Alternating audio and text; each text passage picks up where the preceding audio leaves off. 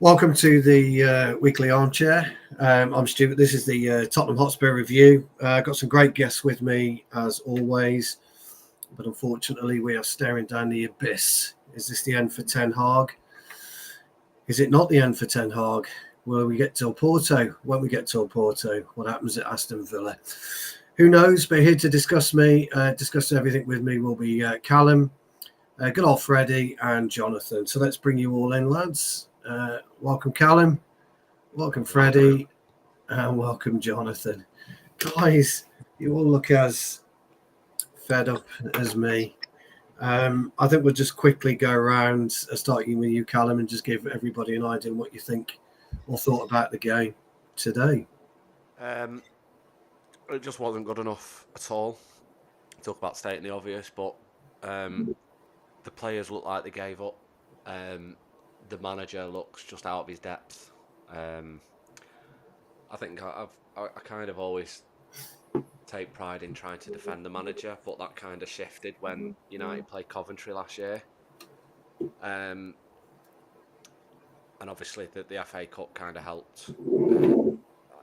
My worry is the FA Cup bought him time, but it makes me wonder why he was given extra time based on one trophy win when it should have been a collective and a performance as a whole. That was looked at, and my only reasoning why he was still in the job makes me think because there was nobody better.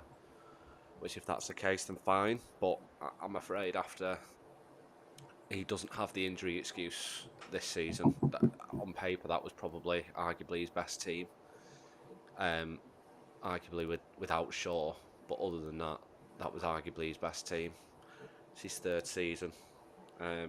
And we still seem to question what he's trying to do. The players just looked completely bereft of ideas. They didn't know what to do. They looked like they ran out of ideas. They looked like they'd given up. And the thing is, a lot of people are saying about the red card. That red card had absolutely no impact on the game. United were completely out of that game from the start. Literally from minute one. I think Tottenham scored in the second minute. From minute one, United just looked absolutely bereft and just didn't know what to do. It's quite frustrating, really, but I watched that first 30 minutes and genuinely thought that was probably the worst I've ever seen us play for a long, long time. And we've seen some terrible performances in the last 10 years. Yeah. But it was just atrocious from all over the pitch. And I think some of the performances are very questionable. But I think, when you've signed the likes of Ugarte and then partnering with Mainu, when neither of them really can break the lines that well, I think Mainu's sort of being hung out to dry slightly by the partners that he's being given. I think there was a lot of concerns from a lot of people on Twitter before we signed Ugarte that he probably wasn't the right person to be next to Mainu, but he was probably the right person to be that sole number 6 because he was classed as that sort of destroyer. His first few performances haven't quashed any concerns I had. I think Garnacho seems to be a lot better coming off the bench. I don't think he offered much. I didn't think Rashford offered anything. Xerxes again was taken off at half time when he seems to be the only one that tries to create. The red card, with hindsight and looking at it again, I think was probably a strong yellow card. Yeah. He very clearly slipped. However, I half understand why it was given as a red card just because of that slight kick. The kick that he did on Maddison was probably a little bit too high and was probably needless. I don't think the challenge was needed to be made. So I understand why it was given as a red. I think other clubs wouldn't have got that as a red. I think other clubs would have seen a strong yellow. But like I say, I don't think that mattered anyway because the performance was already atrocious. Yeah. And then we came out in the second half. Man United's Twitter said, let's get back into this. And 30 seconds later, it became 2-0 to Tottenham. Literally, start of the first half, 1-0. Start of the second half, 2-0. It's just not good enough. And I'm not being funny. We said every single one of these things when Ralph Rangnick was in charge. He's now had 600 million quid or just under 600 million. Granted, some were loans and stuff. He's not had every single player he's wanted. But when you spent that amount of money, when you don't have the injury excuse he had last year, when you finish 8th in your second season in charge, and when you lose 3-0 and are embarrassed at home to Tottenham, I really just don't see where we go from here, and I don't see where this manager does. And I understand that starting again is always annoying and stuff, but I've found it very hard to defend this manager for a few months now. But I can't do it anymore. I really, I just, it was a joke from start to finish that, and people will say, "Oh, referee, red card, whatever." That red card wouldn't have mattered. We The could have details carried of on it. with 11 men, and I genuinely don't think we'd have got back into that game. I don't think we looked close to getting back into that game, and being embarrassed at home to Tottenham. It's pathetic and it's embarrassing. Yeah, no, look, I totally agree, mate. There's no way in a million years that red card would have changed the game, irrespective. We weren't winning that game today for a multitude of reasons. I just want to pick up on something that you said. I want to go to Jonathan with that. There's various degrees of degree of football. We all play a game. I played at a reasonable level, still play at a half decent level for my sins. I can accept, at some periods of the game you're going to get overrun. I also accept that we don't have the skill sets and the players to be able to sometimes get us back into a game. Callum made a point. But why? If we Yeah. don't, then but why? Oh no, Because I was going to say you've made the point. Yeah, you've made. I'm on about at other levels, not at elite level. And I was about to say to Jonathan, Callum made that point that we can't seem to get back into the game. We can't seem to put a foot on the ball. What is that? What the fuck is going wrong? If our players are bereft of ideas, like Cal said, and he is right, by the way, how the hell can we be playing for an elite football club like Manchester United? Yeah, it's something I've thought about the last few years. It comes in with that point that Manchester United has become a graveyard for footballers over the years. You see these players who are constant regulars for their international teams, and they earn a move to Manchester United because they're of a certain level, and fans rightly get excited about these players. Then they come to Manchester United, and all of a sudden their international careers go down the drain.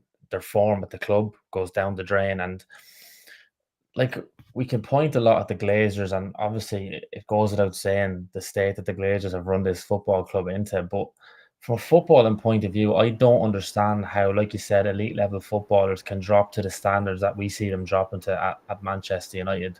Um, I made a point on one of the shows last year that like the manager will have a certain say on what's going on in the field. I understand that, and the buck will always stop with the manager. He'll be the one that'll bite the bullet ultimately, because you can't sack a squad of 25 players. But when I was looking at players last year, like Varane, Casemiro, Bruno Fernandes, these guys are serial winners, and I can't understand for the life of me how you don't get a moment on the field and go, right, guys, what the manager has told us, it ain't working here. We're on the field. We can see this better than anyone. We know what's going on here. We're being caught down the right hand side. We're being caught down the left hand side. I don't get why there's no form of in game management where the players are like, right, this wide open, expansive press or whatever the fuck they're trying to do isn't working. We need to tighten up here. We need to just make sure that we're solid here for 5, 10, 15 minutes so that we don't get our arses handed to us. But they seem insisted on persisting with this nonsensical football. I, for the life of me, cannot tell you what Manchester United are trying to do. I don't know what style of football we're trying to play. I don't know if we're trying to press, whether we're trying to play deep. It's absolutely crazy that a manager who's been in charge now for the best part of 2.5 years has not got a set style of play.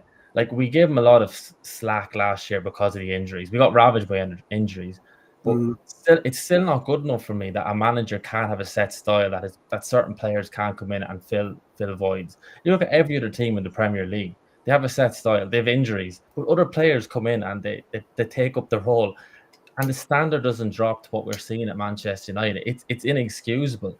And personally, I think the wheels have been coming off this Ten Hag project since we won the League Cup in 2023, because we mm, finished that season abysmally. But look, that was an extreme season considering we had the mid-season World Cup. So many games, it was actually ridiculous. So we cut them some slack. They got top four. We broke the trophy drought. But from that game against Wolves last season at home at Old Trafford, we've been seeing the same thing, and the problems just haven't been rectified. It looked like we were getting a bit more intelligent this summer with Ineos coming in. Van Nistelrooy came in, Rennie Hack came in. There was some very cute appointments there in the background. And some of the stats would suggest that we have tightened up and we're creating more chances. But on the field, to the fans' eyes, nothing has changed. And we're just as bad as ever. And Cal touched on it there about the FA Cup semi final against Coventry.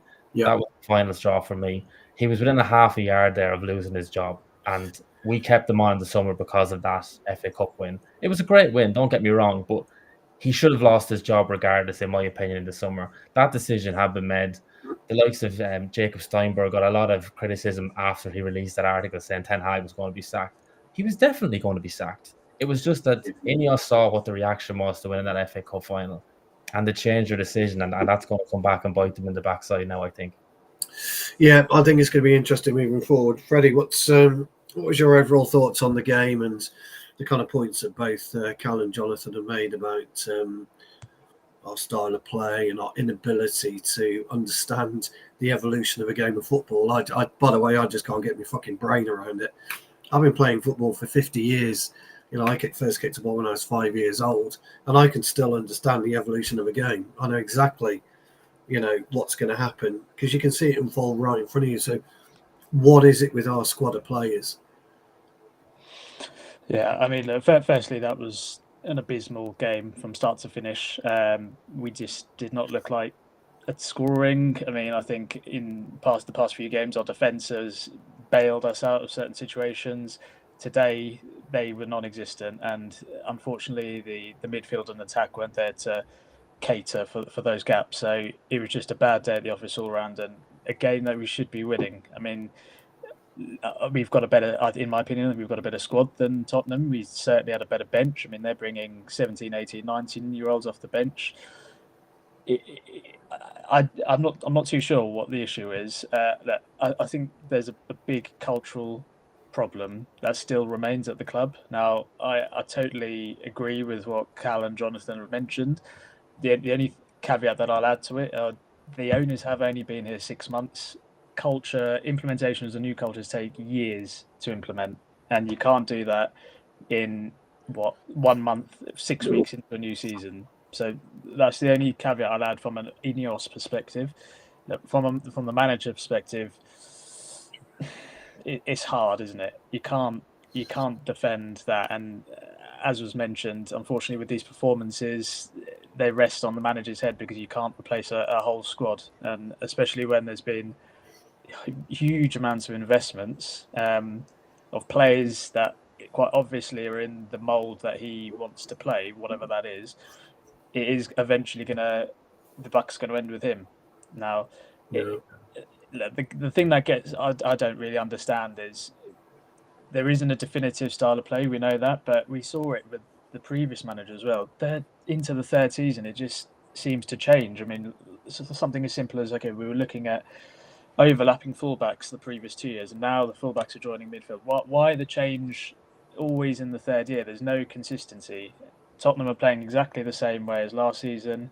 Other teams the same. We just seem to be flip-flopping every single season. I don't know if that's because of the players that come in and out each summer, or from the pre-existing managers of the players in the squad, but there's just no plan, I think, or there has been no plan, and I think hopefully that can change now with Ineos. It's going to, like I said, it's going to take years. We saw Omar Barada mention 2028 in terms of their targeting, but things are going to can get a lot worse still before they get better. And I think we just need to be patient. We still just need to hope. We've got a very young squad, and I think that gets glossed over as well. They're not going to be all in their prime. I mean, we've got 18, 19-year-olds, 20-year-olds in our attacking line, which relative to our peers in the league, they wouldn't get into half those teams, but they will do in the future. So we're building a squad for the long term.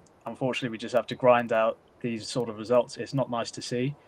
And we just have to put the faith in the club and the manager that they are building something where we can eventually see success and win the big trophies in the long term. Yeah, sorry, Stu, there's something really fundamental that needs to say though here. For years and years, United have signed players for whatever reason, whether it's marketing or whatever, and the whole idea of Ineos bringing in the people that they brought in is to be able to sign players that don't just work for this manager, but will work for any manager, because you don't see all these other clubs and all these big clubs anyway signing players. Do you know what? Forget the big clubs. Let's look at Brighton as an example. Those guys with the right recruitment have signed players that fit the model that the recruitment and the powers that be want. Not the manager, but what the club want. And then they find a manager that fits what they want, and then they find players that fit what the club want, and then they get the manager to implement that style. Now, with the signings we've made this summer, the likes of Xerxes, Ugarte, and all those, even if they aren't what Ten Hag wanted, there needed to be a structure that the club went, right, we want to play like this. These players will make us play like that. Ten Hag implement that style. And if Ten Hag can't implement that style, you need to get a manager that can do. Mm-hmm. There's some really damning things that have happened today, but not just today, from the start of this season. Now, considering we won the FA Cup, great, but we did finish 8th. And the thing that really annoys me is, we did look for another manager, and for whatever reason, we stuck with Ten Hag. And, you know, for whatever reason we did, fine. We can back him as much as we can. But the point is, he was supposed to get this new contract and show Ineos, right, you've backed me, I will turn this around in the league. Forget the FA Cup and the League Cup and whatever. This isn't turning it around. He's, I think, 12th in the league with 7 points from the first 6 games. We've scored 1 goal at Old Trafford, which was on the opening day against Fulham. Yeah. And you can look at all these statistics around it, and yes, we probably have improved. But if you can't improve for what we were seeing in the league last year with all the injuries, then, you know, I don't really know what else to say. You have to improve. But ultimately, results is what makes football go forward. It's a results game business. And if you aren't getting them, you're going to be your job's going to go. It's simple as that. Yeah. But when you look at things like I've got here, Tottenham created more XG than Man United have at Old Trafford this season. I'm sorry, that isn't turning it around in the league. Forget this new contract and forget the FA Cup and the League Cup and forget the injuries. That isn't turning it around in the league. Ten Hag had to come out this season and win 4, 5 out of his first 6 games. Yeah. There's 18 points that were for grabs at this point in the season. We should be on 12, 13, 14, 15 at least. And we're sat here with 7. That, considering Ineos backed him and considering where we were at the end of last season and the FA Cup saving it, that isn't good enough. And that is not showing the fans and that is not showing your new bosses that you deserve to be Man United manager. And yes, I imagine he can coach and I know he can do this. You don't beat City, you don't beat Liverpool, you don't get to 3rd in the league, you don't win trophies, you don't get part of Pep's team, as Phil's alluded to on Twitter. But whether it's charisma, whether it's man management, whether it's something, it is quite obvious that at this point Ten Hag clearly just isn't the man to take us forward. And I hate saying that because I always hate being that negative guy, especially on camera as well, because the thing is as well, me saying this, every single thing I just said, I hope I'm wrong. I hope if Ineos do not sack him, I don't want to see any manager get sacked, but if they were to sack him, if they weren't to sack him and went, no, we're sticking with Ten Hag, I hope Ten Hag goes and wins the next 20 games in a row, and then in 20 games someone goes, Cal, remember when you said this? I'd rather someone do that and me be wrong than him lose his job. But sometimes you have to just take what you're seeing at face value and go, look, maybe the writing is on the wall. It's simple as that. Another point here, some of the points that people make, these players have got multiple managers sacked. Ten Hag signed 13 players. I think 6 of them started today with another 3 or 4 of them on the bench. It's no longer about, oh, these players have got multiple managers sacked. They haven't. And when you're in your 3rd season, you shouldn't have fans sitting here going, how are we trying to play? And I hate using this analogy, but Arne Slot's just come in at Liverpool, the top of the league, after 6 games. I know it's 6 games, I know it's early, but they're top of the league. You know, Brighton have just brought in a new manager who's 30. Is he 31? 32, yeah. 32. They're not doing too badly because they have a great model where the manager implements the style Brighton want, not what the manager wants. They have a fundamental plan that will work with the players they have because that's what they focused on. Ipswich are doing okay considering they got promoted. They've got a young coach. You know, Arteta, he's had backing, yeah, but he's still doing okay. Yeah. It seems to be the case, and whether it's environment, whether it's what, it seems to be Ten Hag can't get the best out of these players, or the players don't want to use Ten Hag's principles or whatever he wants. But it's embarrassing at this point that we are 3 seasons in and we are still having these conversations, the same conversations we had at the end of Ollie's tenure, the same conversations we had with Rangnick, the same conversations we had at the end of Mourinho. Like, 3 seasons in, you need to be showing something different. You need to be showing clear progression, and Ten Hag hasn't done that, and that is why people are so pissed off. Yeah, the thing is, it's hard to disagree with that, and I'm kind of with you, Carl. You know, I'm always for players first.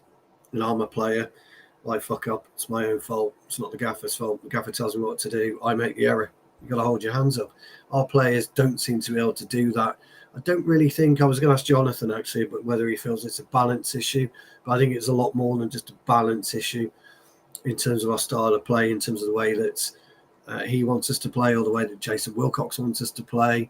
But Carl is right. When you get to season 3, you should be on the trajectory of only going upwards and not stagnating or going backwards, which is what we're doing, you know. And it isn't the players anymore. There are a certain 1 or 2 players that you can point possibly the finger at, but the bulk of them, what do we get rid of? 19 players in the summer, something like that. So this is what I mean. You can't say, this is what I'm saying though. You can't say Ineos haven't come in and actually help the manager thrive this summer. Yeah, exactly. They've They've rid of the players that should have gone. They've bought players that he's wanted. You can't say he's not been backed. He's got no excuse now. The manager has no excuses. He doesn't have the injuries. He doesn't have the players that haven't been signed for him. This summer was Ten Hag going, right, let's sort this out, and he hasn't done. No, he's got to deliver. So, Jonathan, where do you think it is? I mean, I don't think our balance is right on the pitch at all. I would advocate a completely different system. He won't change his system. That, to me, is arrogance beyond anything that I've ever seen in football. We all know that Postecoglou didn't even bother coaching his side to either play against us, because he knew how we were going to play. So, what does he do? Where does he go from here? I think you hit the nail on the head there. It's a drum I've been beating for a number of weeks now. It's arrogance. He's definitely the most arrogant manager we've had since Alex Ferguson, and that list of managers includes Jose Mourinho, which is kind of laughable when you think of it. Like, I think he's one of the only managers. Personally, this is just me speaking personally now. I don't know what the guys think or you guys think, but I think he's one of the only managers who's been there since Alex Ferguson who hasn't really formed that bond with the fans. I think Van Gaal, for all his negative football and possession-based football that put Old Trafford to sleep, I think his character and charisma definitely endeared himself to the fans. He kind of got the fans behind him, and the fans were behind Mourinho. They were undoubtedly behind Ollie. Ranić was probably an exception, but he was an interim manager, so I wouldn't really classify him as a Manchester United manager proper. But I think since the summer, and he kind of won that contract standoff with Ineos because they went looking, couldn't find anyone else to take the job. So they had to kind of go running to Ten Hag on his holiday, and he's like, oh, well, look, you need me now. So he kind of won that battle, that standoff, if you will. And ever since then, he's been beating this drum about winning 2 trophies in 2 seasons. Yeah, that's good. Winning trophies is great, but we've got to see progress and consistency in the league. Alex McLeish won a League Cup at Birmingham. They were relegated 4 months later. Yeah, that's right. Has won an FA Cup against Man City with Wigan. They were relegated a few weeks later. I mean, trophies are all well and good, but I'm sure if you asked Wigan or Birmingham what they would have preferred, it would have been to stay in the Premier League, because they've all been in free fall ever since. So trophies are great, and it was great to end the trophy drought under Ten Hag, and it looked like we were on an upward trajectory. But in terms of what he does to change this, I mean, we know what needs to do. He needs to be more pragmatic again. But like Carl said there, I mean, we're in season 3. We can't keep playing this containment style of football to get us through and get a few results. We've got to start implementing our style of football. We've got to start controlling games of football so we can work up the league. I mean, the biggest sin I think he's made this year has been to come out in a press conference and say, no, we can't win the league. We all know as fans that we weren't going to win the league this season, but no Manchester United manager should ever come out in a press conference and say we can't win the Premier League. When you're answering a question like that, you say we'll go out and try and win every single game. And that's how you answer a question like that. Because every Manchester United team should be going to win every single game. And that's how United won so many titles under Ferguson, was because they went out and did everything in their power to win every single game. If you go out as a Man United manager saying, well, we're not going to win the league this year, that does translate to players. Because on average, you're going to need, about 67, 70 points, depending on the season, to get Champions League football. So that means you can afford to drop 40 points. So these players are going out, so to draw 0-0 or it's 1-1 going into the 80 minutes, like, well, that's a point towards Champions League qualification. We're not going to go all out to win this game. So it does translate to players. So I'm not sure what kind of message is in that changing room now. I think there's probably problems there from previous reigns as well. It's a very tumultuous dressing room. There's no doubt about that. Andy Mitten was saying that during the week in the podcast as well, that there's a lot of issues within that changing room. But I don't think Ten Hag has the answers within his powers to solve them problems. And I just don't see him doing enough to turn this around. I just don't know how he turns this around. It just looks impossible from this point to me. I don't think he can turn this around. Okay, no, that's a fair comment. Just flipping it on its head, then, Freddie. If you are a player in that dressing room, you're Bruno Fernandes as an example, but there's no pun involved there. I'm just saying, you're Bruno Fernandes is the captain of the club. What are you doing to galvanise the squad? You know, what should he be doing to galvanise the squad? Again, Cal and Jonathan have eloquently put the failings that Eric Ten Hag has, and he has, failed us so far this season. And Cal knows me, Jonathan knows me, and you know me, Freddie. It's always players first for me, manager second. The manager gets to boot secondary because I think the player's responsibility outweighs the manager in many ways because the player's on the pitch. So just if you are Bruno in it, what are you saying to the players? What are you saying to the team?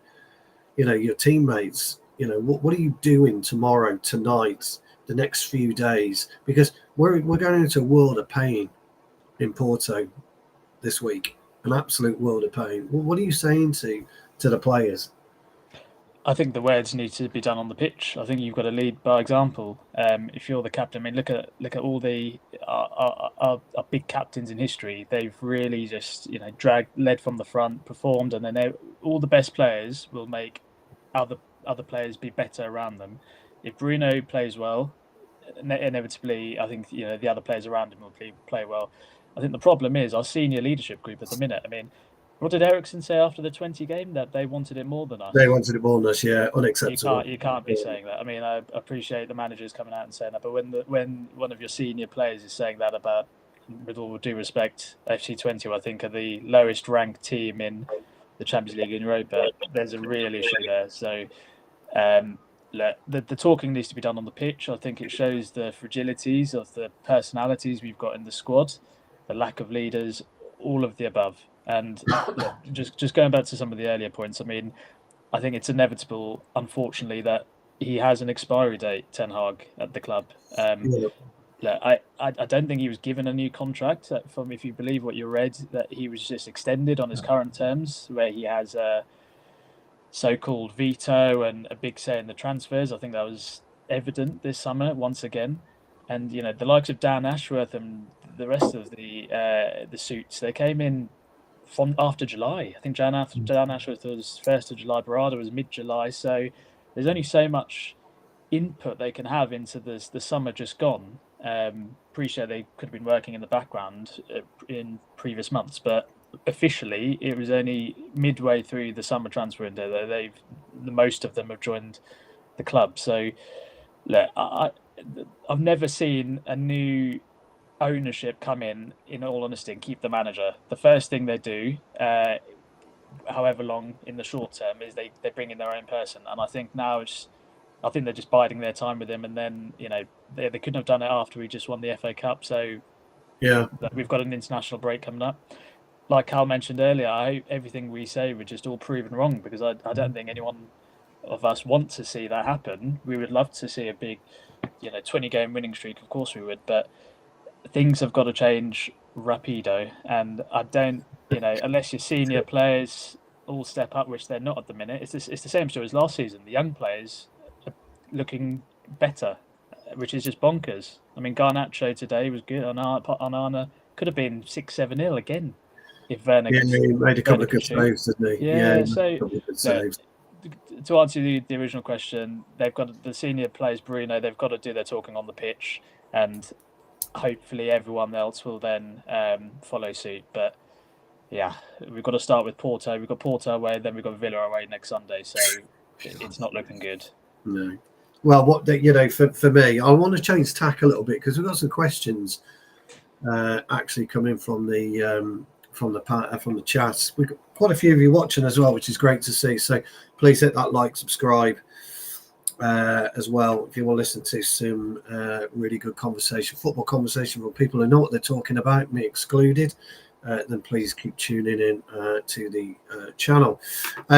Just quickly, if I'll just say for how it is, I know people think I'm full of bravado, but there are certain ways to quash the wave that Tottenham threw at it, and you stick one on these players. You go old school, you go 1970s, and you make sure Maddison is hobbling for 5 minutes. You make sure Kulusevski is Van der hobbling. Ven, take him out. Take him out. You know, you do this in games of football. People don't like it when I talk about it, but that's how football is. You know, Cal will tell you more than anybody, I'm a fucking horrible winner. I'm never satisfied, even when we win. I'm even worse lose. I'll be like fucking. Anyway, I want to change tact because there's a couple of really good questions in the chat. We wouldn't normally do this, but I'm gonna, because I want to give you guys right to reply and right to answer. And Jarvis, our good old friend Jarvis from MUFC Realist TV, big supporter of our channel, big supporter of all channels actually. So welcome, old friend. He's just asking you, have you seen enough after 6 weeks, Cal? Well, firstly, very good to see Jarvis in the comments. It's always good to see. I know he's doing quite well with yourself, Stu. But yeah, I'd probably. The weird thing is, it's not really a simple answer to that question because there was genuine improvements. You know, I think it was just a case of being clinical in front of goal. That was probably stopping the results coming. We have improved, but like I say, it's results business, and being 12th and 7 points from 6 games and the end of last season, in terms of after the Coventry game or even before that, I think the fact that we're still saying the same thing in the third season, if this was the end of his first season and then we were coming into his second season, you could maybe go, do you know what, give him that bit more time, but it is his third year and we're still actually under, like, the players then went press for, man for man on the press when they went 10 man down. I just didn't understand that at all. Look, I'm never one to say, look, we need a new manager and sack him, but I think I have seen enough, and I think it's time to go for somebody else. However, that's kind of the horrible thing. I don't know who we'd get. I think everybody probably had the same idea that Ruud van Nistelrooy came in.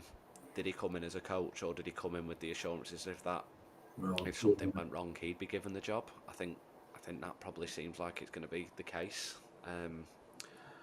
To answer it as simple as possible and not give you a Keir Starmer answer, I'd probably say, yeah, I've probably seen enough. Keir Starmer answer. Hold on, let me just get my checkbook out for you, Carl, if you're gonna speak, because that's clearly what he needs. He needs a donation, doesn't he? Yeah. No, great answer, Jarvis. I hope that answers your question. We've got another one from Jarvis as well, which I'll give to Freddie. But Jonathan, Julio's come up with a point. It's not necessarily a question, but it's a very valid point. But Morata's gone into Juve, has done little bits. Swick's gone into Barcelona. Has he done, made changes? Maresca, I think, is the one that's the most interesting. The basket case that Chelsea was last season to where they are today, he's got them starting to play, and that is a tough club. Yeah. Has ETH got something to answer for? Because I think Julio has made it. Good to see you, by the way, Julio. Has made a great point there.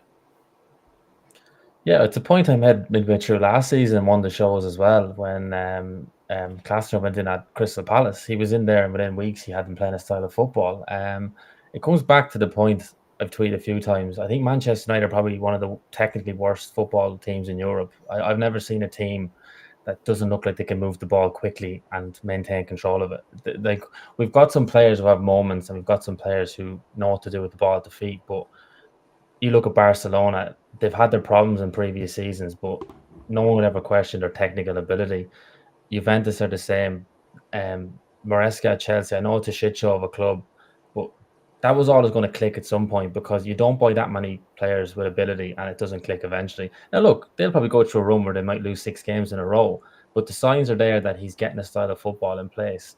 And yeah, like I said, I think it comes back to this. Like, the Man United players, when they have the ball or they don't have the ball, they look like they're running in treacle. I've never seen a team that just doesn't look fit. They just don't look like they should be professional athletes. It just completely baffles me. And then you look at Fred, who looked like he was coming to that kind of mid-30s area of his career when he went last summer. You look at him now; he's a man rejuvenated. He's scoring goals left, right, Completely. and centre. And I understand it's Turkey; it's a lower standard. Yeah, but even so, though, yeah, But still, the principle is still there. He's a man reborn, and the question goes back to like, should we have sold him, or if we didn't sell him, would we even be seeing this form of threat? Would he be like the rest of these players, where they look like they just haven't got a clue? So, look, there's no definitive answer. I don't know. I think there should be obviously a style of football there, but like I think it comes down to a massive problem with the players at the club for a number of years now, and that is the fact that we just don't have the technical players there to play the style of football that the rest of the Premier League and most of Europe are playing. yeah. No, look, Jonathan, I totally agree. And then Julio's right to point it out, though. I think that's why I wanted to bring it up. I thought he was really right to point it out. There's people talking about Mazzari was torn to pieces by Werner. He had a tough time, Mazzari, today. First time I've seen him have a tough time. Dalu was his usual, don't know where to position myself.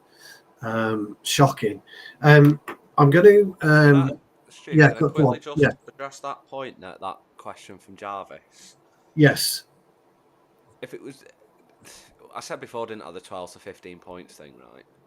Well, Chelsea have signed 378 players in 4 days. They're currently sat fourth. I know. New manager signed more than anybody, and they've managed to integrate their players, and they're currently fourth on 13 points, 2 points behind the top of the league. The players So are good stuff. I'm not saying Chelsea are the model to follow, but can you use that as an excuse? I'm not. I have a funny feeling Jarvis is just asking questions and playing devil's advocate. However, when if people are going to use that excuse, then can you not say that about Chelsea, who've done complete opposite? You know, Arsenal have also signed players this season. Unai Emery went into a team at Aston Villa who were fighting relegation and completely flipped them around. So these arguments that Ten Hag needs time and all this when he's in his third season, it just kind of you immediately question why he says that, because you look at all these other clubs and all these other managers that have come in and made an immediate impact, and it always makes me think. I think one of Ten Hag's biggest flaws is it seems like in his interviews he never takes any accountability ever. He seems to just have this delusion in his interviews, and to be fair, maybe it is just him defending his players or whatever. I don't know what it is, but there seems to be an accountability. Like he said in his post-match interview, Fabrizio Romano's tweeted it, that owners, staff, players and myself, we made the decision in the summer from a clear review of what we have to do. We knew it would take some time and we're on the same page together. What does he mean he knew it would take some time? This is his third season. The existing players should have some kind of idea of how he wants to play, and then the new players can get integrated into that. He shouldn't need this. I mean, there was a stat that I don't know how's true, and it was in our lovely group chat that sometimes is quite frustrating. However, just a bit. Gary Neville's 28 games at Valencia, 11 losses, 39 goals and 38 goals conceded. Again, I've not fact-checked this, so I don't know. In Ten Hag's last 28 games, he's lost 2 more games than Gary Neville did. He's scored 4 less goals and conceded 7 more. So if you want to compare it to that, he's also won 7 of his last 20 Premier League games. Yeah, I know. If you put that over the course of a season, that's 42 points, or just less than 42 points. You're looking not far off relegation there in that form. Is that a manager that you can genuinely defend? It isn't. This is what I'm saying. You've got to take what's going on right now at face value. And face value is not good enough. And fans are rightly going to criticise if he's the man to go forward with this. Yeah, no, I absolutely agree with that. Just this one for you then, Freddie, just quickly. And then I'm going to do again something different again, fellas, because it's been a brilliant show, as always, with you guys. And I want to give each a player to comment on. So if you can tackle this, Freddie, and then we'll go around. We'll start with Callum. Firstly, good to see you, Jarvis, old friend. Hope you're well. Yeah. There's no right answer. It takes everyone. There's no fixed answer to that, unfortunately, because it depends on the players themselves. It depends on the clubs, how stable they are. I mean, the one thing I will say is, as was mentioned, you can't use Chelsea as a benchmark. They're just an anomaly. If anything, look at Liverpool. They've signed just Chiesa and they're top of the league, and he barely plays. So that I think that's more of a model that there's a group of players who have played together for a long time, and then you can slowly integrate players in. That's the way to go. With ours, look, this was Agate's first game. You can't. I think he's slowly being integrated. That's all we can ask for. It's a difficult set of circumstances to come into. Mazraoui and De Ligt have had the most minutes, probably circumstantial because they've had to.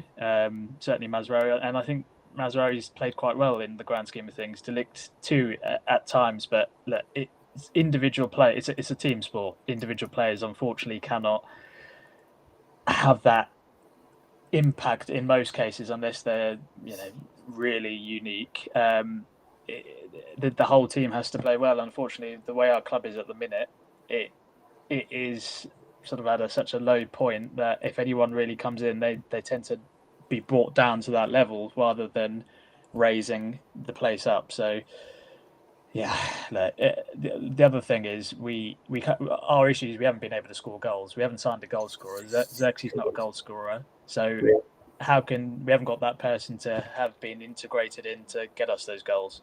And I think the Xerxes sort of question mark is one that needs to be asked, whether he and Bruno occupy two similar positions and whether he is the type of player that can take us forward. They do occupy the two similar things, but that's a wider question that I've got, but I don't think we can see that till Lenny Yoro comes in, because I think that gives us the opportunity to play a different way. But certainly before Christmas we can have that conversation. So guys, I want to give you each a player. I'll give you the players now that I want you to talk about.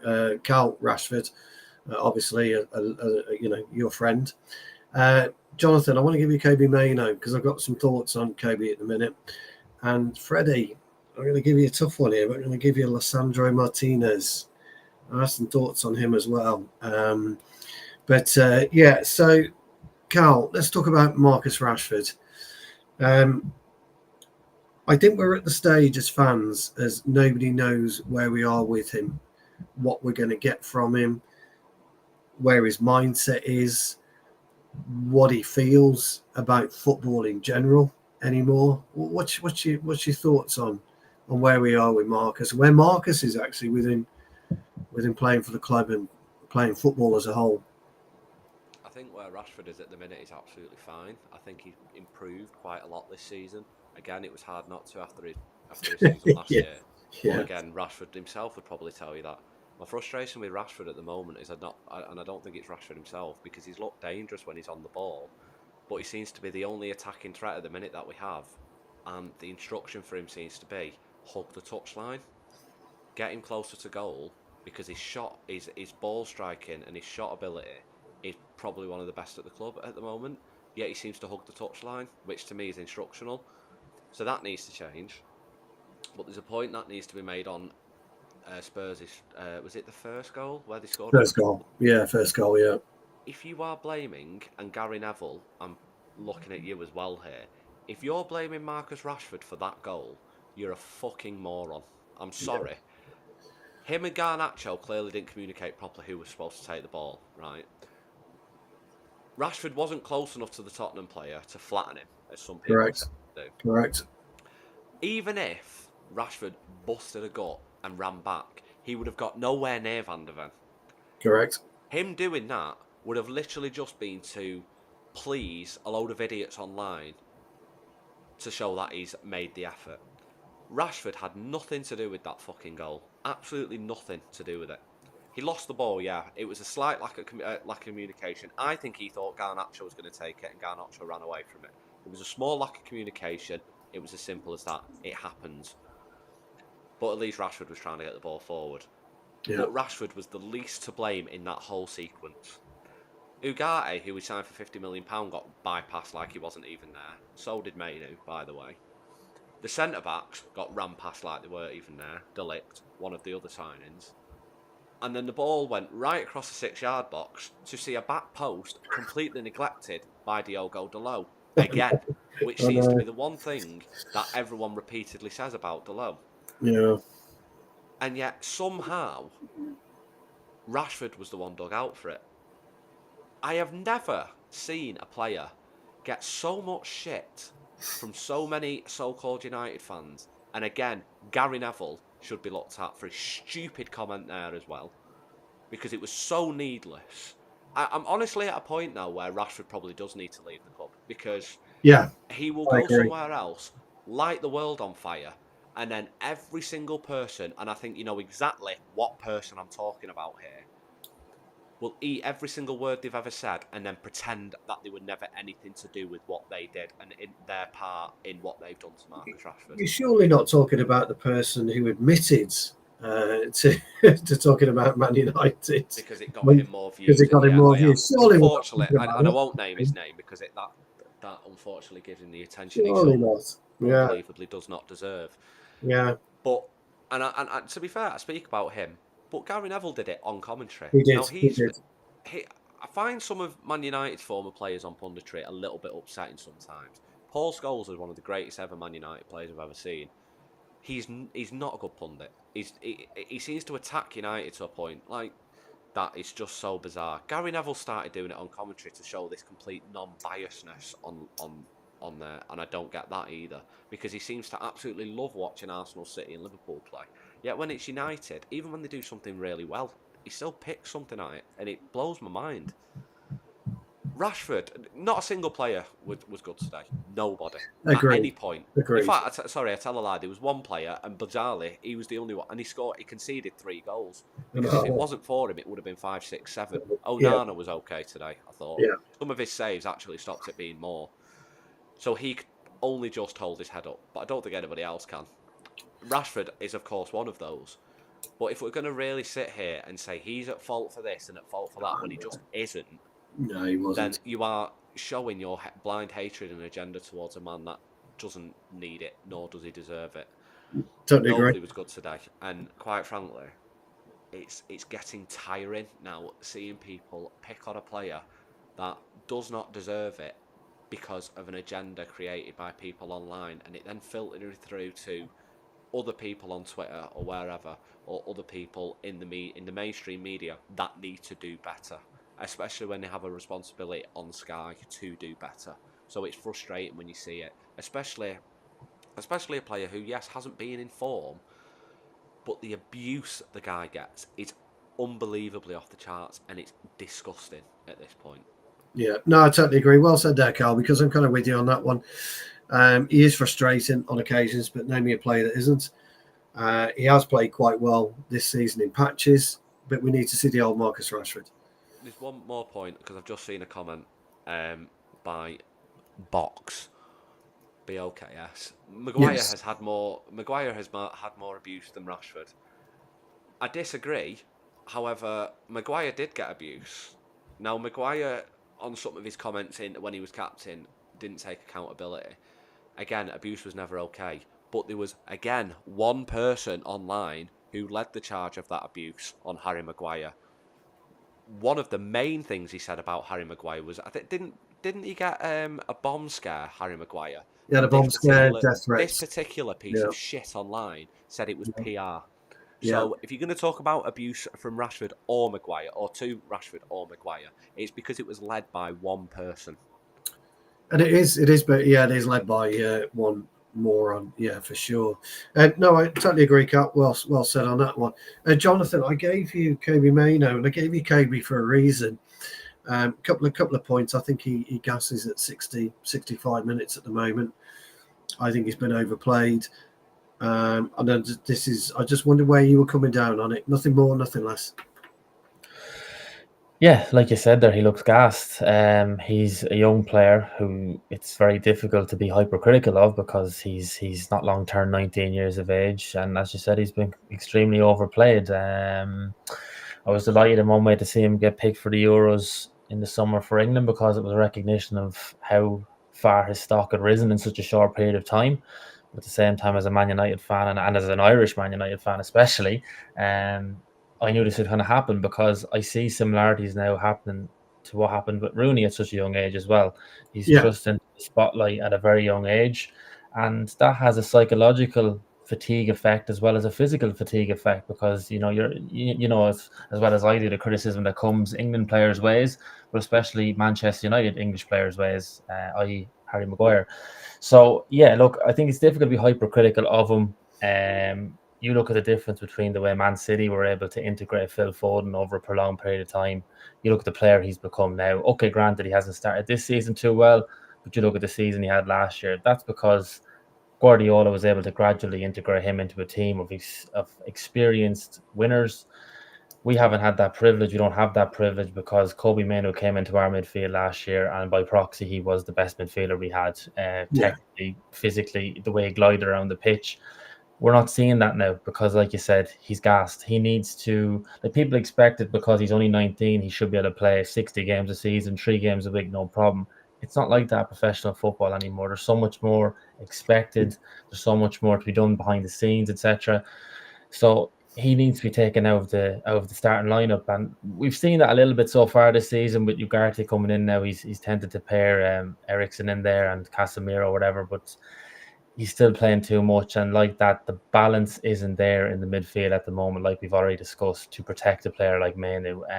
Mainoo can't play, in my opinion, in a midfield two behind a number 10. I think he needs to play with someone like Ugarte, with Ugarte playing as an out-and-out six who's going to absolutely run his legs off so Kobe doesn't have to.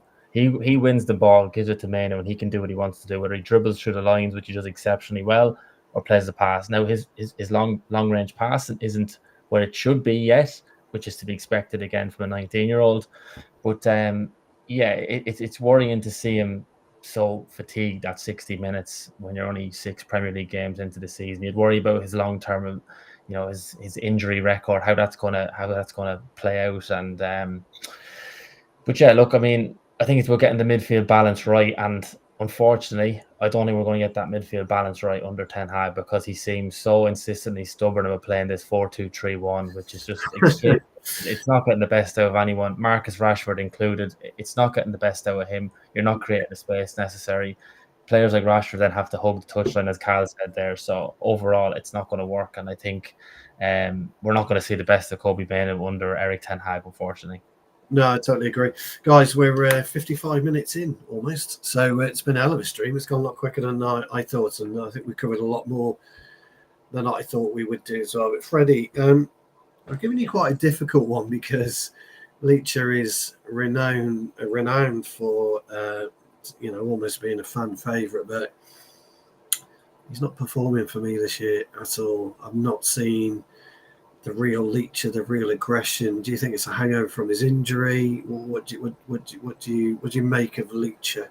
People are disagreeing with me, by the way, but I'm sorry, centre half. I know what I'm talking about, and I'm just not seeing it. No, I totally agree. I think he's been poor this season, and there's definitely been a change. And no doubt he's been our best centre back the past 2 years. So he's raised the standards in that position. Oh, sorry, bear with me. Sorry about that. My Sky guy got Jamie Redknapp just playing, which no one else did. No worries. Something's changed. I think it's just plain and simple. He's just jumping in too quick, and he's not getting that first ball. And as soon as that happens, and the worrying thing is De Ligt's doing the same. So as soon as one goes in, then it's just a bit of an overload at the back, and we're just 3-on-2'd counter-attacked every single time. He's getting his timing wrong. I mean, today for the second goal, I think there was one knockover, and he just completely went for the tackle when he just had to sort of jockey or run back, and then straight away there were 3 attackers, 1 ball to Kulusevski, and he managed to sort of chop it in. I think he's been poor, and I think this is partly, you could link it to the Kobe Mainoo talk that you just mentioned. I think there's been a changing tactic this year with our fullbacks of. Yeah. Dalot joining midfield, and when we're in possession, we're going into a sort of a back 3.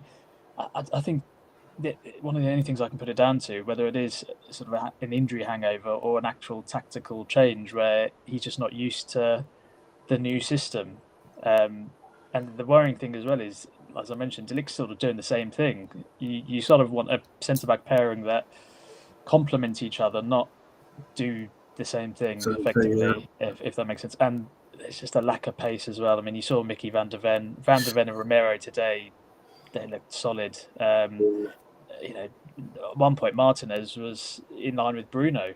I'd have to watch the game back to. No, he was. He did play sum it almost. up. And and he almost played in midfield. Yeah, bonkers. And unfortunately, these days the opposition attackers are just so fast; they haven't got time to run back. And look, I think the other thing is with Dalot joining midfield and Mazarari as well, the centre mids are not covering our fullbacks, and that's leaving us so open. These sort of happening when we played 20, it happened today. People just walking through us because there's just no cover or protection in the midfields to cover the fullbacks if we are playing the system. So there's a bit of a tactical element to it, I think. Possibly a bit of an injury hangover too. I mean, he was out most of last season, so I'm sure that has an impact as well. Yeah, no, I totally agree. I agree with all your points on all the players. Actually, those are the players I chose for that particular reason because they are good talking points. Kind of with you on Martinez, there has been a slight tactical play, and we can't do that with Dalot. That's the problem. Dalot's a point and squirt merchant. Stand there, get your position right, defend. That's it. Go forward, but get back. I think ultimately. Could be wrong. I think ultimately we're going to play back three. I think Yoro is going to come in. I think we're going to play back three. I think we'll be more comfortable with a back three at this point in time with the two wing backs that we do have because Dalot is a more natural wing back. Mazzari, I think, can play both full back or wing back. Then that kind of leaves the issue and the thorny issue of Mr. Fernandez, where he would come into the squad, and also, what do you do? Two up front, play Zirkzee and Højlund, Zirkzee in behind Højlund, and then you run with maybe Ugarte, Mino, and Zirkzee. Who knows? It's just I think there's a better way of playing. So it's one of those. You definitely have to change the manager if they do shift to a back three. So that would be another sort of writing on the wall for Ten Hag. If so. It is. But I think when if you look at the profile of players that we've got, Yoro is a perfect middle on the back three because he's quick. Ugarte I think he could produce a much better partnership with Ugarte. I think that would alleviate Leach's current issue and De Ligt's current issue. The problem is the trust of Dalot really on your left-hand side. You bring in Luke Shaw, that's a really good balance back five, so to speak.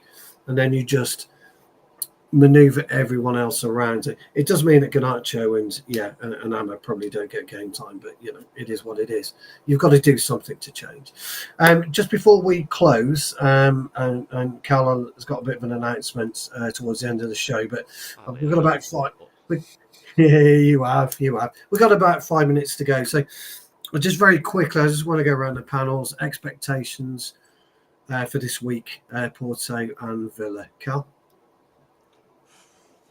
I've got enough, to be honest. Honestly, I hate being negative and it's horrible, but nothing that I'm seeing from United in front of goal is making me have any expectations for the games. Porto are a very, very good team. Yeah, they are. And not to be underestimated. And Aston Villa they speak for themselves. They're in the Champions League. They've got a great manager, really good players. It's just not really. It's kind of horrible to sort of be on this channel at the minute and speak about United because there's just not really much positive to say. So I don't really have anything. I just don't have any expectations. Look, we could either win 3-0 and Ten Hag turn it around, or we could have a different manager and win 3-0, or we could just see more the same what we saw today. It seems to just be an endless cycle with this club, and I don't know what changes. I'm just deflated beyond belief. No, that's fair enough, Cal. Jonathan?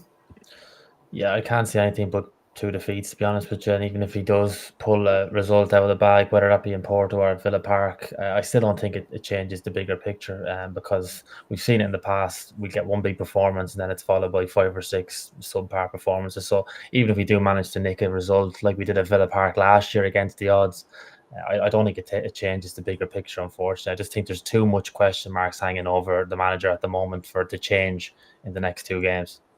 Yeah, totally agree. Freddie? I've just rushed on Google to see who Villa have got in the Champions League. So they've got Bayern Munich actually at home on Wednesday. So hopefully they get a bit of negativity in that game. Although I think Harry Kane's injured, so he is injured. They often yeah. yesterday So against they could actually, if they get a result, they could be even more lifted against us. So I think we can go to Porto, and I think we can get a result. Villa Sunday. After today, naturally, you've got to be pessimistic, but you never know. We've come back from bigger defeats. I remember the Liverpool game after Brentford 4-0. So he could turn it around. Ten Hag has actually got a good knack of winning games when he's got his back against the wall. So yeah, I think I'd like to think we'd win at least one of the games coming up. Excellent. I'm kind of with you guys really. I just don't know what to think. Don't know what to feel at this point in time. So I'm going to go with 2 victories. I say we beat Porto 2-1 and we turn over Villa 4-0. Watch this space, gents. Watch this space. Guys, that's been the review. To be brutally honest, it wasn't a review of the game, it was a review of the club as a whole. And I think it's been a long time coming. Great to have Callum with me. Cal, you're back on Tuesday, I believe. The United Road is back, isn't it? Yeah, so obviously I don't know how many people watch, nor do they care, but I've moved house, been on holiday, got engaged, so the last 2-3 months have been pretty crazy, to be honest, and 6 months ago changed jobs as well. So in terms of the United Road, it's been very limited, from everything from articles to podcasts to even tweets, to be honest, from the account. So it's been very limited. So I've settled in the new house. So hopefully from Tuesday, there's regular podcasts every Tuesday evening again. Adam Joseph, who many will be familiar with on Twitter, he's joining me this week. Unfortunately, it's going to be pre-recorded as he lives in Australia, and I don't really fancy getting him up at 6 a.m. in the morning to do a live show. So it's going to be pre-recorded, unfortunately, but there's some big plans for some really big guests over the coming weeks. I'm very tempted to actually ask my new missus on to see if she actually fancies to speak about United from her perspective, which could be something a little bit different. Stu, you're very welcome on. Jonathan and Freddie, you two also are. And also, 8 o'clock Tuesday, that will be out. And also, articles will be regularly uploaded again, hopefully. Also, toying with the idea of any guest writers if they want to join. If they have any opinion pieces that they want to put out, I'm happy to put that out onto the website as well. So, to sum up, articles, if you want to join, feel free to message me. And podcast returns this Tuesday at 8 with Adam Joseph, and every Tuesday at 8 there on out as well. Great stuff. Make sure you tune into that, guys. Jonathan, Talk of the League host when available. What are your plans? I mean, you're coming. You've obviously been busy working, etc., etc. So you and Evan co-host Talk of the League. What's the plans for this week? Yeah, like Cal, I've been busy the last 2 weeks, starting new jobs, so it's been very hectic, and I think Evan's been under the weather the last week or 10 days or so. So yeah, looking to get back a proper show now this week, get a bit of banter and debate going again. I'm sure we'll have a few Liverpool fans on, hopefully, to give us some abuse after what we've seen as United fans the last few weeks. But generally Thursday nights at 9 o'clock, but we'll confirm that on the socials during the week. But yeah, looking to get that one back up and running before we head off on another international break. So looking to have a nice big show on Thursday, but keep an eye on the socials. We'll confirm that then with all our followers. Yeah, look out for that, guys. Freddie, Freddie's been with us for a while now, coming on 2 years, I think, isn't it, Freddie? Something along those lines. He's been jet-setting himself. He's been to Bali. He's been getting pissed up over the last couple of days on Oktoberfest. He still looks handsome as ever, doesn't he, guys? So, I'm still half pissed, so apologies. Yeah, I thought you were. I'll have to watch this back tomorrow and yeah, it. Yeah, but I mean, you join as many shows as you can when your schedule allows you, don't you? So where people can find you at your handle there. Absolutely, just below. Yeah, thank you very much. I'll try and get on as much. I'm all holidayed out now, so Excellent. I'll be on as much as I can. Yeah, well, for me, I've been travelling with work all over Europe just recently as well. Hence, I've not been too constant on the channel. I am moving home next year as well, not like Callum. So, Callum, I know the pain and the suffering you've been going through. So, I will be moving house next year as well. I won't be around Wednesday for the game, so anybody that can host the review, please put your name forward. As you all know, I play footy on a Wednesday, something you should never, ever compromise over. Guys, I hope you had a great time. There's been loads of you watching, actually. We'll really, really appreciate it. Please do like, subscribe. Please also remember to donate to Manchester Mind. We are still affiliated with them. It is a tough time for everybody currently. Winter months, dark months coming through. People are alone. Please reach out to anybody and everybody. We're all human. We all bleed the same. We all feel and have the same emotions. Don't let anybody suffer. If you're not here from anybody, 2 or 3 weeks, give them a call. Put your arm around people. Help them where you can. Make sure you help people where you can, because we all four need help after today. So we'll all be getting on to Manchester Mind in the morning after today's game. But no, Cal, once again, thank you very much, mate, for joining me. Many congratulations on your engagement as well. You are a very lucky man from the pictures that I've seen. How she puts up with you, God only knows. There you go. Jonathan, great to see you. We haven't been on the show for a while, have we, pal? No, it's been a long way, Stu. Yeah, great to have you again, mate. And of course, Aaron, brilliant as always. Or Freddie, his name's Aaron, but everybody knows him as Freddie. Right, we are using a new platform, so I'm going to put an overlay on, and then we're going to end the stream. So it's going to be a bit abrupt. Don't get upset, but I'll try and get some training in the meantime. Thank you ever so much, guys, and we will see you soon. Take care. It hasn't worked. My overlay hasn't worked. Why has my overlay not worked? You see, this is what it's all about. It's live. No, what am I doing? Okay. It's not worked. Guys, we're just going to go. See ya. Take care. Bye.